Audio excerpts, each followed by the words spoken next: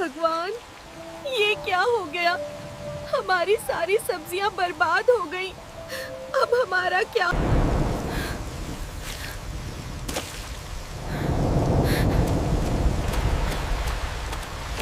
दादी,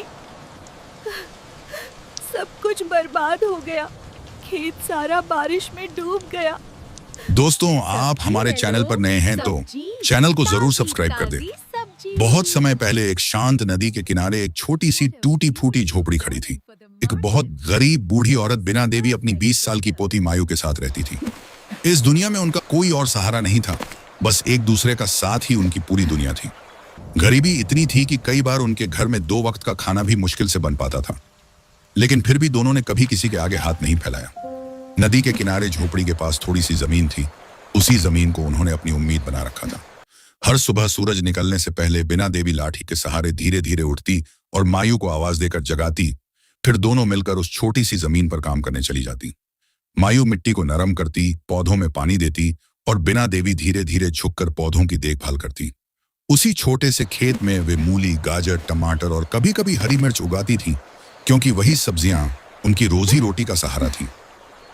दिन भर की मेहनत के बाद जब शाम होने लगती और सूरज लाल होकर नदी के पीछे ढलने लगता, तब दोनों खेत से ताजी सब्जियां तोड़कर एक बड़ी टोकरी में भर लेती। मायू उस टोकरी को सिर पर रखती और बिना देवी दूसरी छोटी टोकरी हाथ में लेकर धीरे धीरे गांव की तरफ चल पड़ती। फिर गांव की गलियों में घूम घूम कर दरवाजों पर आवाज लगाती, ताजी मूली ले लो, गाजर टमाटर ले लो। उनकी आवाज सुनकर गांव की औरतें अपने घरों से बाहर निकलती। कोई 2 मूली खरीद लेती, कोई थोड़े टमाटर, तो कोई गाजर लेकर मोल भाव करने लगती। लेकिन उन्हीं औरतों में कुछ ऐसी भी थीं जिन्हें मायू का मजाक उड़ाने में बड़ा मजा आता था, क्योंकि मायू थोड़ी मोटी थी और उसका सीधा साधा स्वभाव देखकर लोग अक्सर उसे चिढ़ाते रहते थे। एक दिन जब मायू और बिना देवी एक घर के बाहर सब्जियां बेच रही थी, तब कुछ औरतें खड़ी होकर आपस में हंसते हुए कहने लगी, अरे बिना देवी, कब तक इस मायू को अपने घर में रखोगी? दादी, अब इसकी शादी भी कर दो। दूसरी औरत हंसते हुए बोली, इस मोटी से कौन शादी करेगा? इतनी मोटी लड़की को कौन अपने घर ले जाएगा? फिर तीसरी औरत ने मजाक उड़ाते हुए कहा, अरे अभी से लड़का ढूंढना शुरू कर दो, शायद इसके जैसा कोई मोटा लड़का मिल जाए। यह सुनकर सब औरतें जोर जोर से हंसने लगी। मायू चुपचाप सिर झुकाकर खड़ी रही। उसके हाथ में सब्जियों की टोकरी थी, लेकिन उसका दिल अंदर से टूट रहा था। उसकी आंखों में आंसू भर आए थे, मगर उसने उन्हें गिरने नहीं दिया, क्योंकि उसे पता था अगर वह रो पड़ी तो उसकी बूढ़ी दादी को और ज्यादा दुख होगा। बिना देवी भी सब कुछ सुन रही थी। उनके दिल में ऐसा लग रहा था जैसे किसी ने गहरा घाव कर दिया हो, लेकिन उन्होंने भी कुछ नहीं कहा और चुपचाप सब्जियां बेचती रहीं। थोड़ी देर बाद जब सब्जियां बिक गईं, तो दोनों बिना कुछ बोले धीरे धीरे अपनी झोपड़ी की तरफ लौट आईं। रास्ते भर मायू चुप थी और बिना देवी भी चुप थी, जैसे दोनों के दिल में एक ही दर्द छुपा हुआ हो। जब वे अपनी झोपड़ी के पास पहुंची तो मायू ने टोकरी नीचे रख दी और नदी की तरफ देखने लगी। उसकी आंखों में उदासी साफ दिखाई दे रही थी। तब बिना देवी ने उसके सिर पर हाथ फेरते हुए धीरे से कहा, बेटी, लोगों की बातों को दिल पर मत लिया कर, एक दिन वही लोग तुझे देखकर चुप हो जाएंगे। मायू ने हल्की सी मुस्कान लाने की कोशिश की, लेकिन उसके दिल का दर्द उसके चेहरे पर साफ दिखाई दे रहा था। दोनों रात को सो गई। उस रात अचानक आसमान में काले बादल छा गए और थोड़ी ही देर में इतनी तेज बारिश शुरू हो गई कि पूरी नदी का किनारा जैसे कांपने लगा। हवा के साथ गिरती मोटी मोटी बारिश की बूंदें झोपड़ी की छप्पर पर इतनी जोर से पड़ रही थी कि ऐसा लगता था जैसे कोई लगातार दरवाजा पीट रहा हो। वह बारिश एक रात की नहीं थी, वह लगातार कई दिनों तक बरसती रही और चारों तरफ की मिट्टी की जमीन कीचड़ में बदल गई। इन कई दिनों की बारिश ने बिना देवी और मायू की जिंदगी को और भी मुश्किल बना दिया, क्योंकि वे कई दिनों से गांव जाकर सब्जियां बेच ही नहीं पाई थी। झोपड़ी के अंदर उस शाम अजीब सी खामोशी थी। मिट्टी के चूल्हे में आग नहीं जली थी और घर में खाने के लिए कुछ भी नहीं बचा था। मायू चुपचाप अपनी दादी के पास बैठी थी।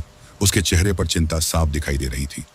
वह धीमी आवाज में बोली, दादी, घर में कुछ भी खाने को नहीं बचा है। कई दिनों से बारिश की वजह से हम सब्जियां बेचने भी नहीं जा पाए। हमारे पास न पैसे हैं और न ही अनाज। बिना देवी ने अपनी पोती की तरफ देखा। उनके चेहरे पर भी चिंता की लकीरें थीं, लेकिन फिर भी उन्होंने खुद को संभालते हुए कहा, बेटी, घबराने की जरूरत नहीं है। मैं अभी खेत से थोड़ी सी गाजर उखाड़ कर लाती हूं। हम उसी का हलवा बना लेंगे, कम से कम पेट तो भर जाएगा। यह सुनकर मायू तुरंत बोली, नहीं दादी, इतनी तेज बारिश में आप मत जाइए। रास्ता बहुत फिसलन भरा है, आप गिर जाओगी। मैं ही जाकर गाजर ले आती हूँ। बिना देवी ने थोड़ी देर सोचा और फिर धीरे से बोली, ठीक है बेटी, लेकिन ध्यान से जाना, कहीं फिसल मत जाना। मायू ने सिर हिलाया और जल्दी से एक पुराना दुपट्टा सिर पर डालकर झोपड़ी से बाहर निकल गई। बाहर का नजारा डराने वाला था। आसमान से लगातार पानी बरस रहा था और जमीन पर हर तरफ पानी ही पानी भरा हुआ था। मायू धीरे धीरे फिसलती मिट्टी पर कदम संभालते हुए अपने छोटे से खेत की तरफ बढ़ी। जब वह खेत के पास पहुंची तो उसका दिल बैठ गया, क्योंकि उसने देखा कि पूरा खेत पानी में डूब चुका था। जहां कभी मूली, गाजर और टमाटर की कतारें दिखाई देती थीं, वहां अब सिर्फ पानी ही पानी था। कई पौधे पूरी तरह पानी में डूब गए थे और कई मिट्टी में गिरकर सड़ने लगे थे। मायू का गला भर आया। उसने कांपते हाथों से मिट्टी में हाथ डालकर कुछ गाजर उखाड़ी, लेकिन उसकी आंखों से आंसू रुक नहीं रहे थे, क्योंकि उसे समझ आ गया था कि अगर पानी ऐसे ही भरा रहा तो उनकी सारी मेहनत बर्बाद हो जाएगी। वह कुछ गाजर लेकर भारी दिल से झोपड़ी की तरफ लौट आई। जैसे ही वह अंदर आई, उसकी आंखों से आंसू बहने लगे और वह रोते हुए बोली, दादी, सब कुछ बर्बाद हो गया। खेत सारा बारिश में डूब गया। जो थोड़ी बहुत सब्जियां थीं जिनसे हमारा घर चल रहा था, वो भी अब बारिश में खराब हो जाएंगी। अब हमारा क्या होगा? यह कहते कहते वह रोने लगी। बिना देवी चुपचाप उसे देखती रहीं और उनका दिल भी अंदर से टूट रहा था।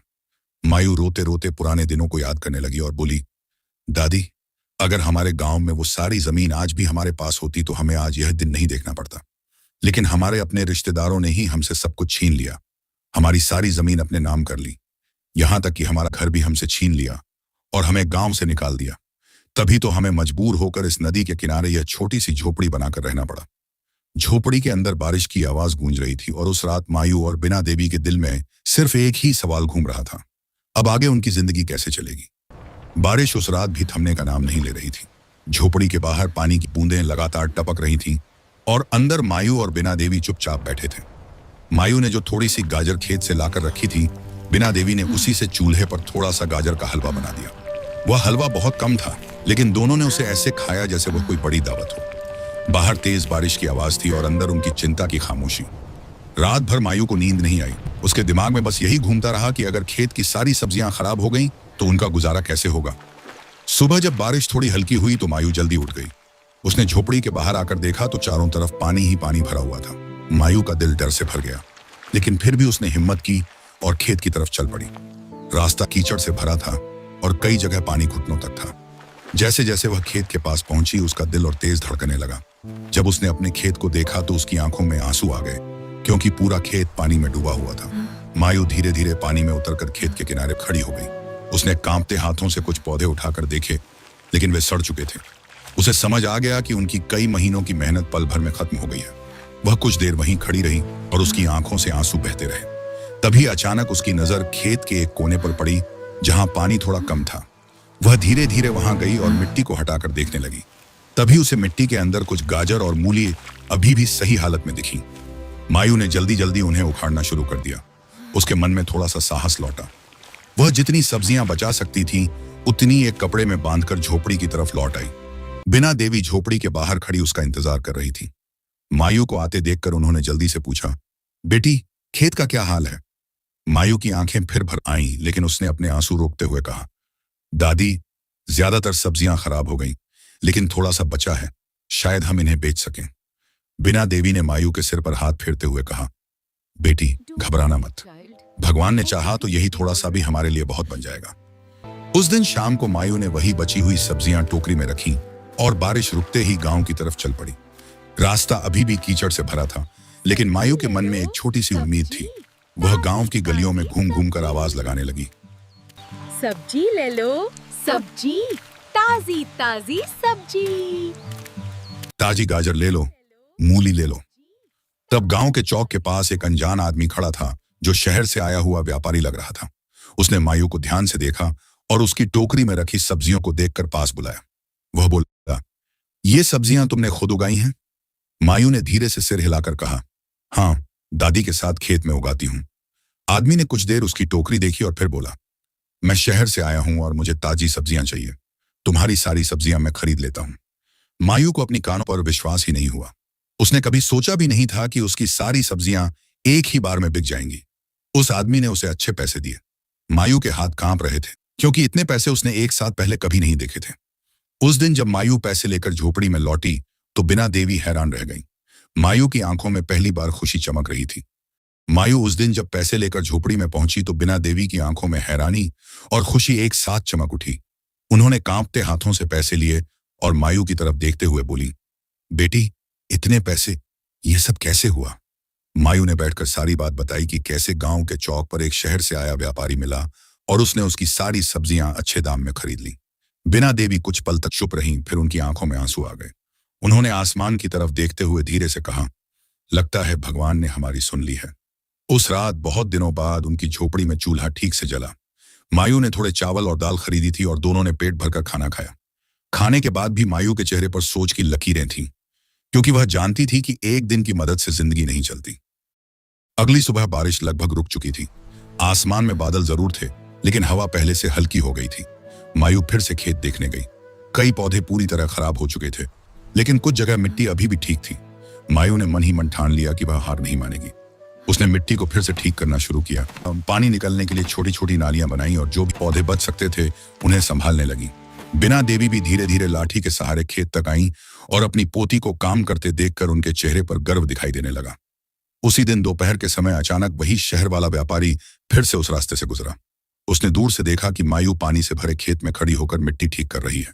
वह कुछ देर तक चुपचाप उसे देखता रहा, फिर पास आकर बोला, तुम इतनी मेहनत क्यों कर रही हो? आधे खेत तो खराब हो चुके हैं। मायू ने उसकी तरफ देखा और शांत आवाज में कहा, अगर मैं मेहनत नहीं करूंगी तो हम जिएंगे कैसे? यही खेत हमारा सहारा है। उस आदमी ने उसकी बात सुनी तो कुछ देर तक सोचता रहा। फिर उसने कहा, तुम्हारी मेहनत देखकर मुझे लगता है कि तुम बहुत आगे जा सकती हो। अगर तुम चाहो तो मैं तुम्हारी मदद कर सकता हूं। मैं शहर में सब्जियों का बड़ा कारोबार करता हूं। अगर तुम अच्छी सब्जियां उगाओगी तो मैं उन्हें सीधे शहर में बेचवा सकता हूं। मायू को उसकी बात सुनकर विश्वास ही नहीं हुआ। उसने पहले कभी इतना बड़ा मौका सोचा भी नहीं था। उसने घबराकर कहा, लेकिन हमारे पास तो बहुत छोटी सी जमीन है। व्यापारी मुस्कुराया और बोला, छोटी जमीन भी अगर मेहनत से संभाली जाए तो बहुत कुछ दे सकती है। यह सब बातें पास के रास्ते से गुजर रहे कुछ गांव वालों ने भी सुन ली। वही लोग जो कभी मायू का मजाक उड़ाते थे, अब दूर खड़े होकर हैरानी से यह सब देख रहे थे। बरसात के बाद के दिनों में मायू ने जैसे अपनी पूरी ताकत खेतों में लगा दी। शहर वाले व्यापारी की मदद और हौसला मिलने के बाद उसके अंदर एक नई उम्मीद जाग गई थी। अब वह सुबह सूरज निकलने से पहले ही उठ जाती। दादी बिना देवी के लिए चूल्हे पर थोड़ा नाश्ता बनाती और फिर सीधे खेत की तरफ चली जाती। नदी का पानी अब शांत बह रहा था और मायू उसी नदी से बाल्टी बाल्टी पानी भरकर अपने खेतों की सिंचाई करती। वह मिट्टी को ठीक करती, नए बीज बोती और हर पौधे को ऐसे संभालती जैसे वह उसके अपने बच्चे हों। कई बार तेज धूप में उसका चेहरा लाल हो जाता, हाथों में छाले पड़ जाते, लेकिन उसने कभी हार नहीं मानी। बिना देवी दूर खड़ी अपनी पोती को दिन रात मेहनत करते देखती और उनके दिल में गर्व भर जाता। धीरे धीरे महीनों बीतते गए और मायू की मेहनत रंग लाने लगी। जो खेत कभी बारिश में डूबकर बर्बाद हो गया था, वही खेत अब फिर से हरा भरा हो गया। उसमें मूली, गाजर और टमाटर की कतारें दूर तक लहलहाने लगी। हवा चलती तो पूरा खेत ऐसे झूमता जैसे खुश होकर मायू को दुआ दे रहा हो। अब उनके घर की हालत भी बदलने लगी थी। झोपड़ी में रोज चूल्हा जलने लगा। मायू और बिना देवी पेट भरकर अच्छा खाना खाने लगी और कई दिनों बाद उनके चेहरे पर सुकून दिखाई देने लगा। शहर वाला व्यापारी भी अपना वादा निभा रहा था। वह समय समय पर गांव आता और मायू के खेत की ताजी सब्जियां अच्छे दाम में खरीदकर शहर ले जाता। शहर में उन सब्जियों की बहुत मांग होने लगी, क्योंकि वे ताजी और मेहनत से उगाई हुई होती थीं। धीरे धीरे मायू की सब्जियां शहर के बाजारों में मशहूर होने लगी। अब गांव के वही लोग जो कभी उसका मजाक उड़ाते थे, दूर खड़े होकर हैरानी से देखते कि कैसे मायू के खेत दिन प्रतिदिन और भी हरे भरे होते जा रहे हैं। एक दिन व्यापारी खेत पर आया तो उसने मायू को फिर से नदी से पानी भरकर पौधों में डालते देखा।